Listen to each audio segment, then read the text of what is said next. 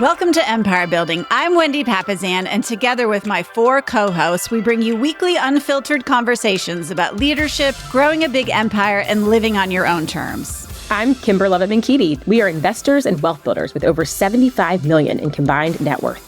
I'm Sarah Reynolds. We are visionaries who built more than 50 businesses with over $122 million in annual revenue. I'm Tiffany Fikes. We've led thousands of people and do it all while being pretty good moms. And I'm Seychelle Van Poole. We are your podcast to learn how to build big businesses and even bigger lives. Hey everyone, welcome to another exciting episode of the Empire Building Podcast. I'm your co-host, Wendy Papazan, and I'm here with the lovely, talented, beautiful Seychelle and Miss Sarah. Hello, ladies. So good to see you always. Hello. Were you calling just me beautiful, or was that No, that's what it felt like to me. I mean, I just have to say thank you, Seychelle. I was like, oh, who's she going to say? Oh, she said my name. Yeah. All right. No good deed goes unpunished. Really. Okay. I've got my 2 beautiful, talented, intelligent, gorgeous, funny co-hosts with me today, Sarah and Seychelle. Yes. Okay. That was better. Well, welcome everyone. Today we're going to be talking about one of my very favorite topics. And if you didn't catch our first in the series, this is our second in the series on scaling. So every single Monday, for 7 Mondays in a row, we're at Monday number 2. We're going to be talking about how to scale. And today we're going to be talking about how to scale smart with people. So I actually think it's the only way to scale, really, is getting into business with the best people. This wasn't our first one, and yet this one might be the most important one. So it's also the most important, but it's also the most challenging, I think. I don't know. What do you guys feel? It's so hard. Yeah. I mean, we've all made such huge mistakes in hiring. And I can think. I was just thinking about my first person that I had to let go, and how I didn't realize that the night before I had to let her go, she had spent $600 at Whataburger, like on the company card. And I was like, how did I not even know that was about to happen? What did she buy? Taquitos for everyone. I don't know. I wasn't even mad. I was kind of impressed, where I was like, that is so much Whataburger. Wow. Yeah. That's a lot of junior burgers. Yes. Yeah. So many, she's like Oprah at Whataburger. Like, Sarah's like, what's Whataburger? Yeah. Yes, exactly. I'm like, I can't even add to this conversation. She can't even jump in. I know. Yeah, I can't. And so maybe we should talk about it more, I don't know. It's the first Monday of the month, we're doing this scaling series. And I think what I learned, and I think all 3 of us, and what Wendy was sharing is so important, is like the way you hire when you scale is actually different. Yes. Like if you've got, we're going to keep serving the same market with, the same service. And we're going to serve 100 families every single year for the next 100 years. And that's your goal. And there's nothing wrong with that goal. Then who you hire is going to be different than hiring when you're going to scale. Right. And so we're going to talk about what shifts in the hiring you need to make to scale smart. We've made some mistakes. The 3 of us, we got stories. We could do episode after episode. Yeah, we got stories. Okay. When you scale, people mistakes don't just, reveal them. It actually multiplies them. Like when you hire wrong and you're trying to scale, it will reveal your mistakes and multiply them. It doesn't just reveal them. It multiplies them. Okay. You may be listening right now and you're like, I am great with people. Like, I have a great gut instinct on people.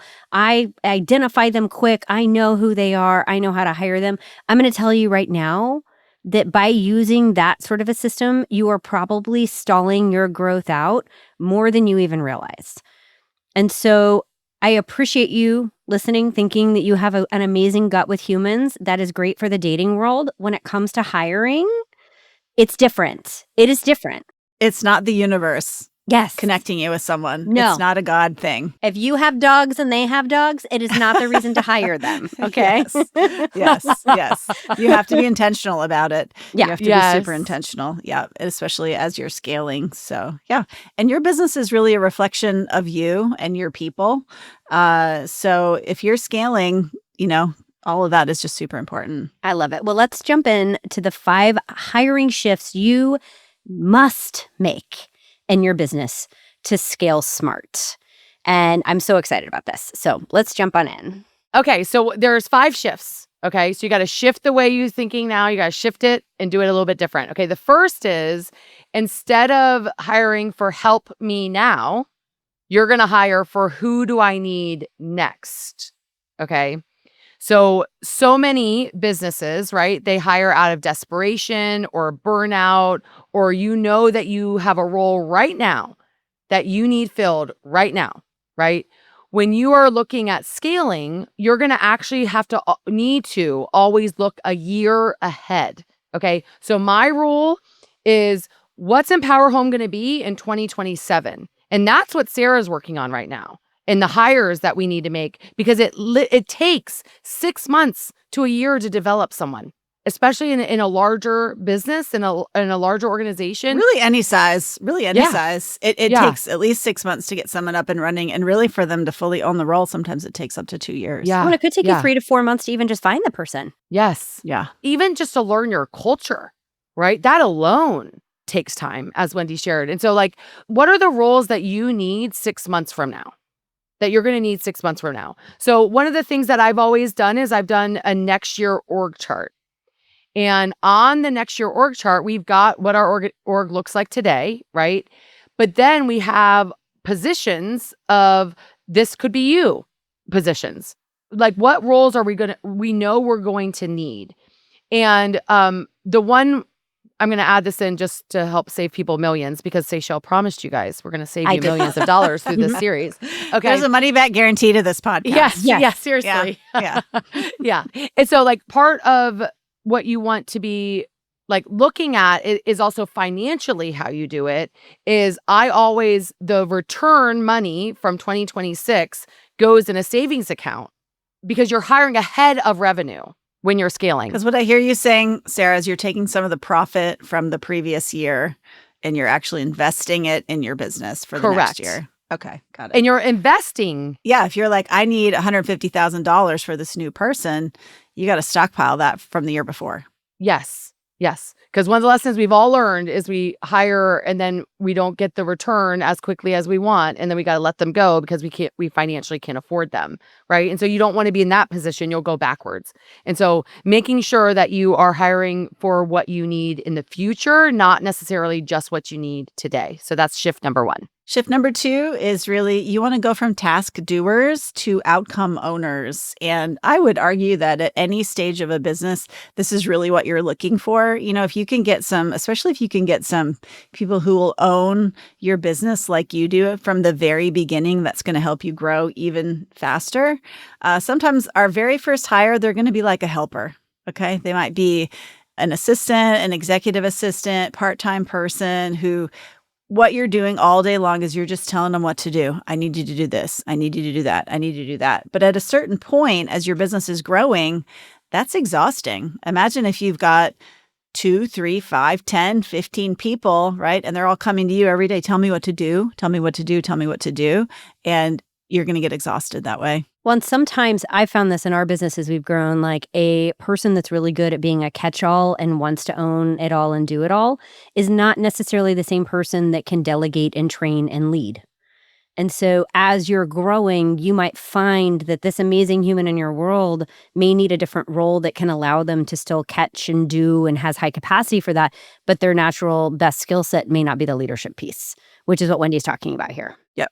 I love that. So many times, we're hiring the people to do, as Wendy said, and you want to hire people that can think, that can own, right? And sometimes the biggest shift is actually in ourselves. For me, my biggest shift was I needed to change the way that I spoke to my people to help them own it and to also help them think, right? I was used to being very direct of this is what we're going to do. This is the plan. Like I was the main outcome owner, right? For many years of my business. And then I read a book called Multipliers and I realized that I had been a diminisher of my people. I was actually diminishing them when they would come to me with an idea or they would come to me that they own something and they didn't do it exactly how I thought it should be done. I would tell them that, right? I would let them know, like, this is how it should be done.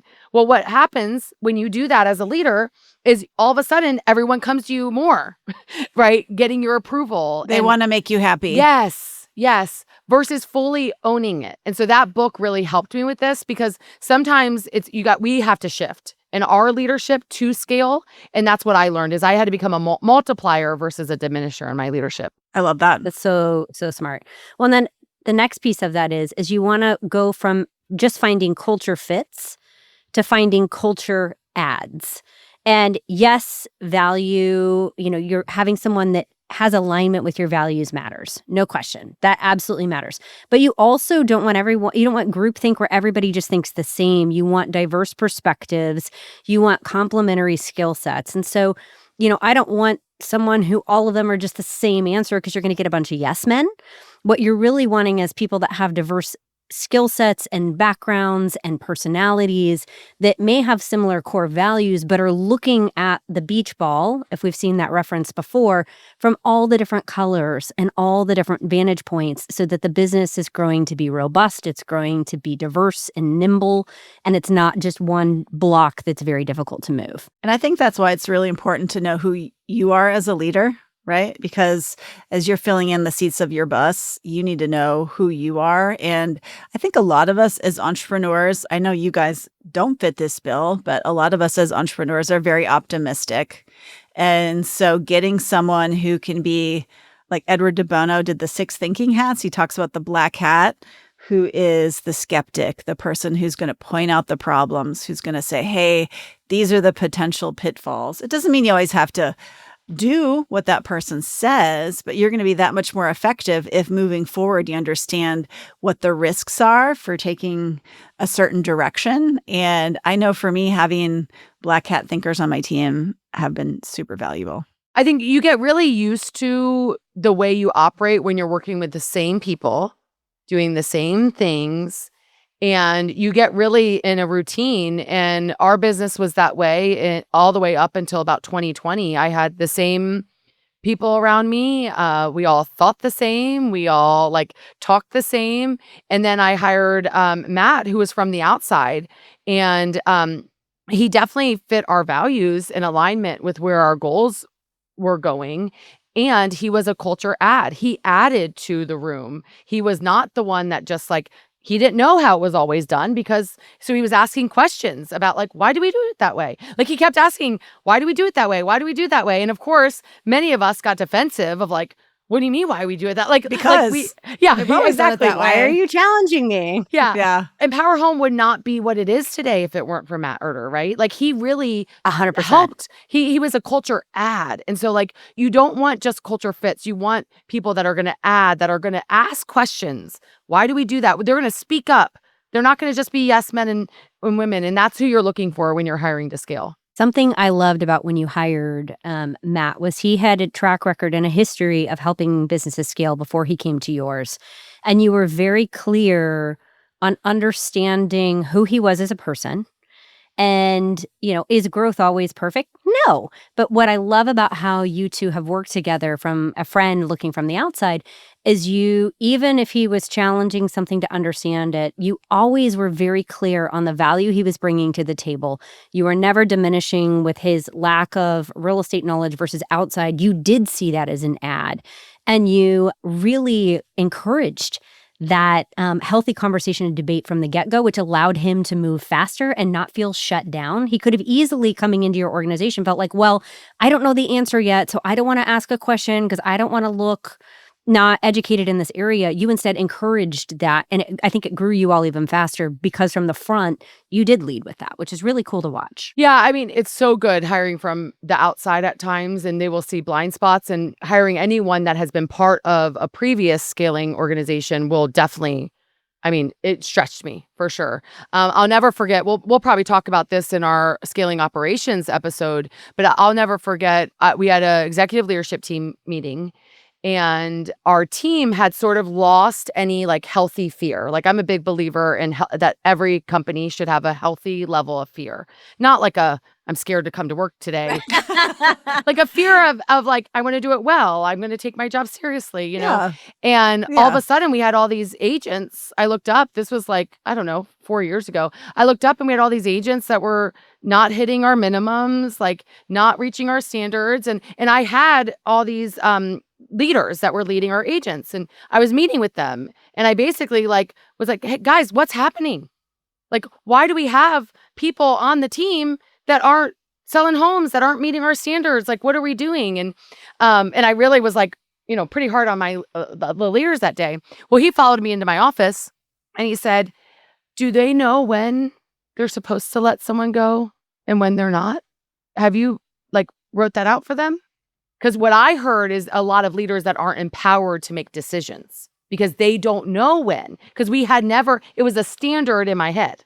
And if it weren't for someone like him, culture fit, but culture add, right? He understood to scale, you're going to have to put in writing to our leaders when to part ways with someone and when to not. And so that was a growth moment for me, right? And that all was shifting the way that I hired. And so you want to shift that. Okay. Shift number, I think 4.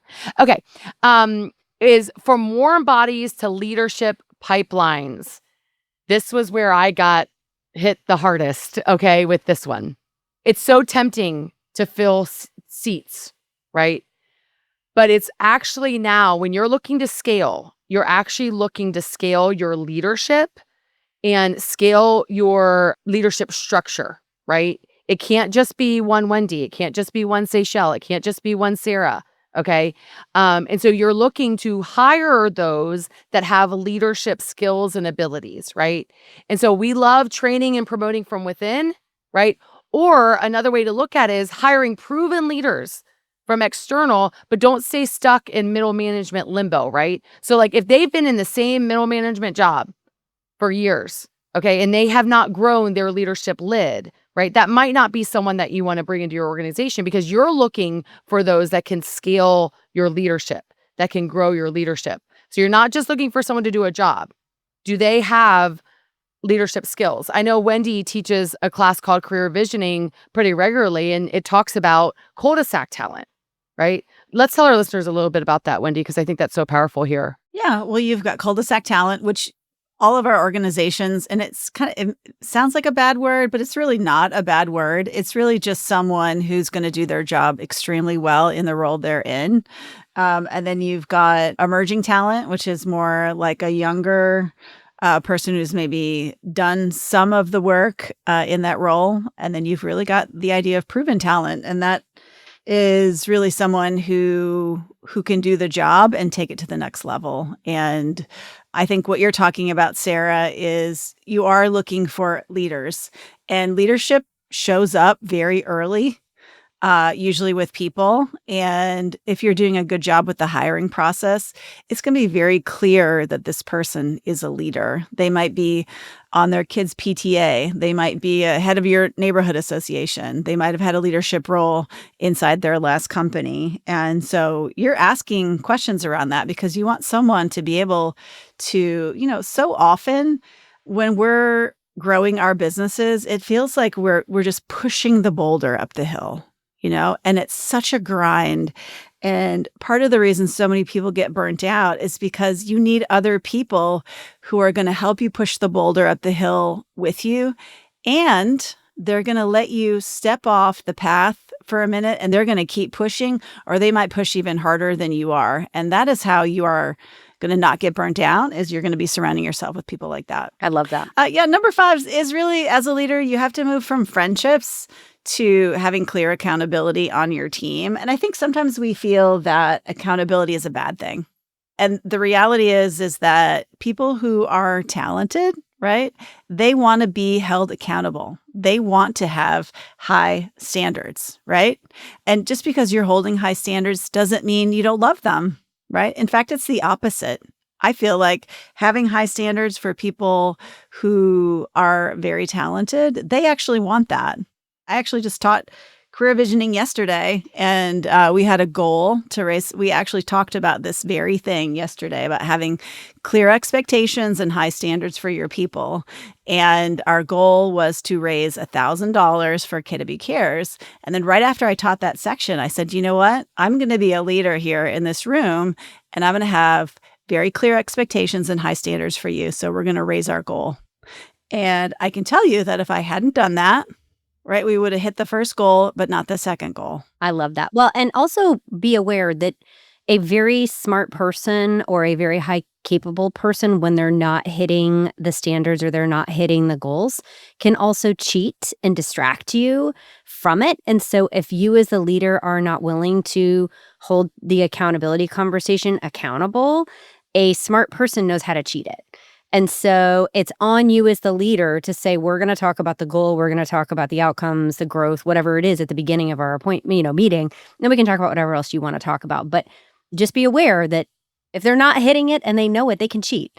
And if you let them get away with it, they can do that for a while if you're not aware of it. So just remember, you lead from the front with those sort of conversations, and they are with love, because you're keeping them from growth if you're not doing that. Yeah. They're always coaching conversations. Yeah. There are opportunities for growth. Yeah. Yeah. They're coaching conversations. I had a team member that really helped build the foundation of our team. And she was my very first buyer's agent. And we worked together for over a decade. And it was an awesome relationship. And I love her dearly.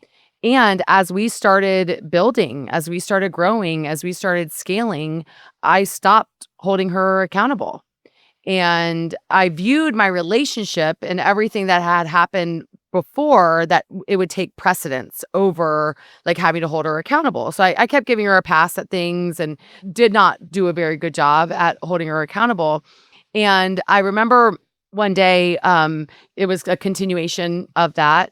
And her entire department had to stay late and work on a weekend because of the lack of accountability, really from me. I mean, like, I want to be very clear, this is not her, this was me that had stopped holding her accountable. And I remember, here comes Matt again, coming to me and saying, like, at what point are we going to care about these 4 other team members enough to hold her accountable? Because what's happening is you are giving her a pass, and that feels good. That feels good to you. That feels good to her. But you know what? Who it doesn't feel good to is the team members that are paying the price for the lack of accountability. And so as you scale, as you're growing, you are actually hiring not so much of who do you like, who do you jive well with. You're actually hiring who's going to be accountable to the outcome, who doesn't necessarily want to hang out with you for an hour, right? Instead, they want to get their work done because they know that that matters and that their team needs them to do that, right? I love that. Yeah, I have two my right and my left hand. They're both drivers and they're doers, and I usually speak with them both on Monday morning for a conversation, and I have to practically beg them to ask me about my weekend. I'm like, listen, I'm a people person. You need to ask me about my weekend. So then it's like, they're like, fine, how's your weekend? Okay. We have other things to talk about and do. So it sounds like they need to come work with me, Wendy, because I cannot stand when they ask me how my weekend was. I'm like, let's get to work. No, I'm teasing. I just want one sentence. Yeah. That's all I ask for. Yeah. I know. Just temperature check. Yeah. Yes. Just a tiny bit.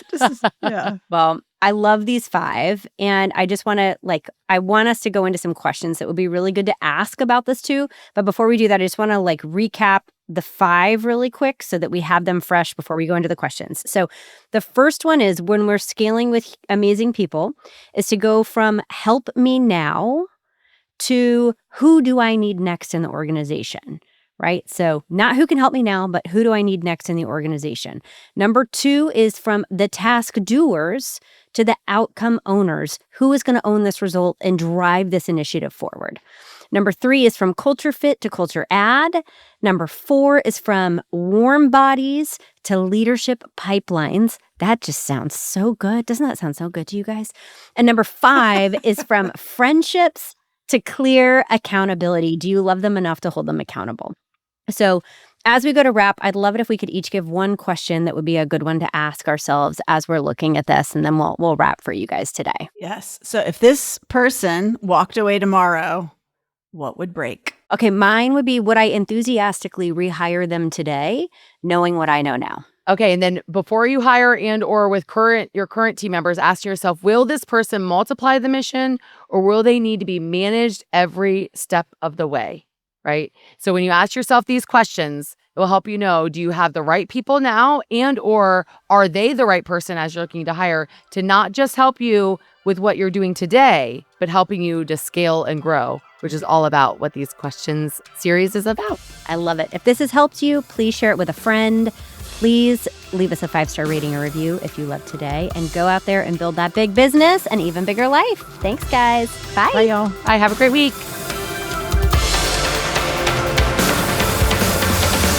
This podcast is for general informational purposes only.